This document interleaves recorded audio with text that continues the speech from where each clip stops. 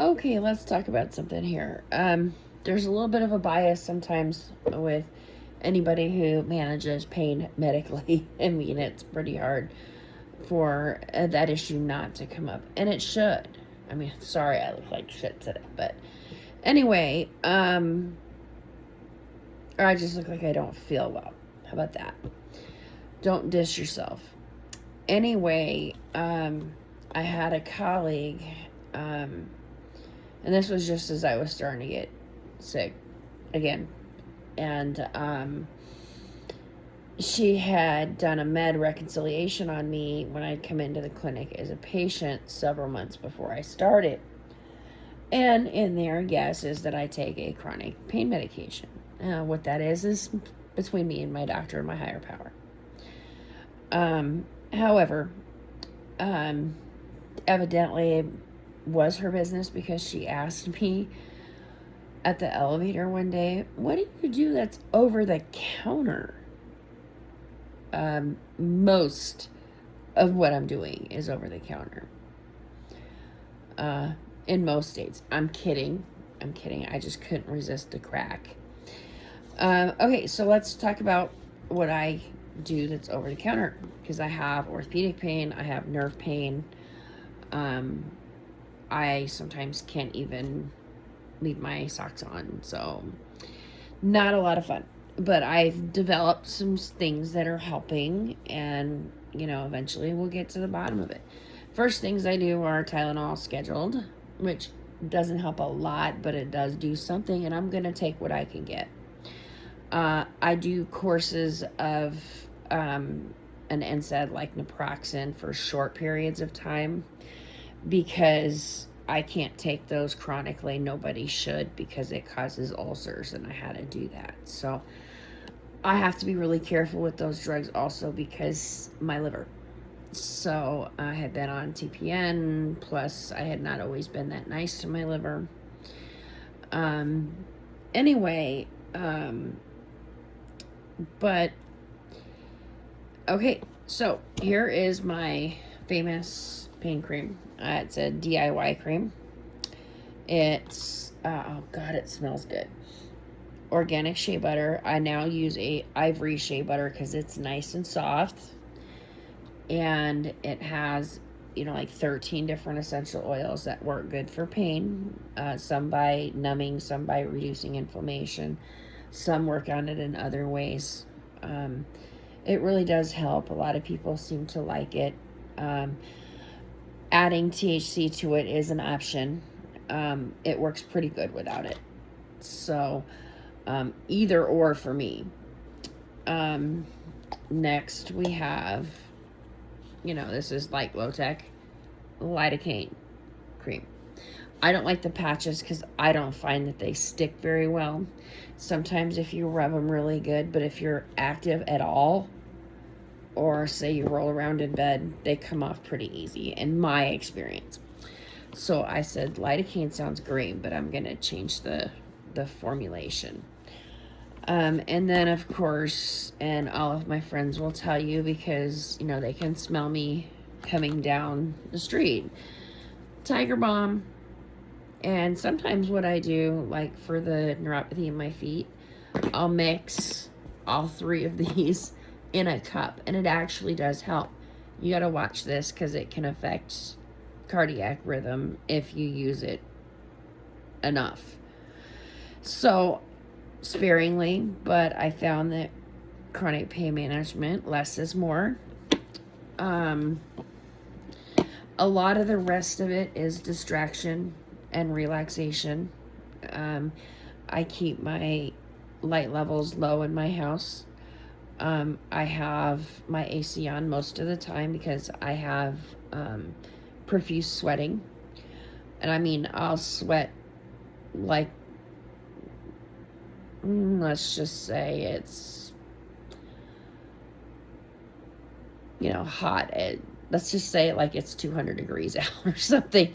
And I'll just be pouring with sweat, and it's cool out. Or it's caused by either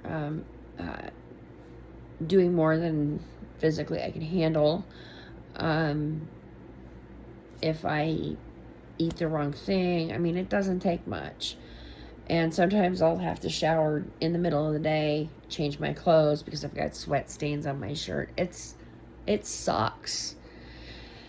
So I keep my house cool. That also kind of keeps the stimulation low, which kind of helps with, a lot of irritating things, because anything that is stressful is going to increase pain. So my home is my sanctuary. So if I get, and sometimes I don't set boundaries, everybody screws up and makes the wrong call with people, but you get somebody in the house that's got some bad energy or something, I can't wait to get them out. I don't always do it right away, but once that happens and my peace is kind of back, I start feeling better.